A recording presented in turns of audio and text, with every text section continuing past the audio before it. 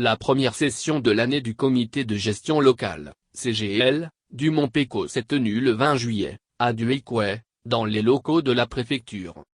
À cette rencontre, le préfet de la région du Guémont, préfet du département de Duékoué, Cissé Ibrahima, a félicité l'Office ivoirien des parcs et réserves, OPRE, pour avoir réussi à rendre au parc du Mont Péco sa stabilité et rendu un hommage à son prédécesseur, le préfet Sori Sangaré, pour tous les efforts consentis dans ce sens.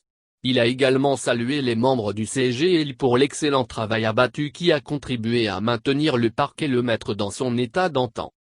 Dans le même sens, le colonel Gonto Bassa, représentant le directeur de l'OPRE, a dit sa satisfaction de voir le parc du Mont Péco renaître grâce aux efforts communs du gouvernement et du CGL. Des 14 aires protégées, le Mont Péco était l'un des parcs les plus menacés. Mais aujourd'hui, nous sommes en droit de dire qu'il est en train de renaître grâce au gouvernement et à l'OPRE, s'est-il réjoui.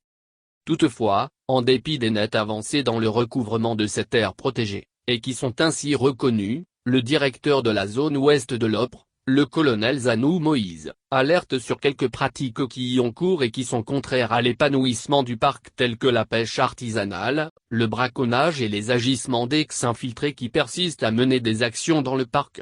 Grâce aux missions de reconnaissance des agents de l'OPRE et aux séances de sensibilisation menées auprès des populations riveraines, assure-t-il, une avancée considérable est enregistrée ces temps-ci. Il y a du progrès. En 2013, 2014 et 2015, nous étions loin de la situation actuelle. Il y avait du travail. Mais avec la décision du président d'apurer le Mont Péco, il n'y a plus personne qui travaille ou réside à l'intérieur du parc. C'est une avancée majeure, a indiqué le colonel Zanou, qui dit avoir pris note de toutes les recommandations faites et promet de les mettre en œuvre. L'avantage de la mise en place de ces comités, souligne-t-il, c'est la gestion participative.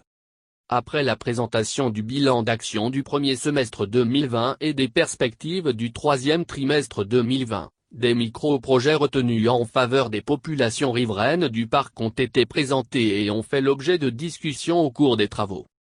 À l'ouverture des travaux, le préfet Cissé Ibrahima, qui garde l'espoir de voir le couvert forestier du parc du Mont Péco retrouver son lustre d'antan, a fait observer une minute de silence pour honorer la mémoire des deux premiers ministres disparus en ce mois de juillet 2020, feu Amadou Gon Coulibaly et Seydou El Iman Diarra.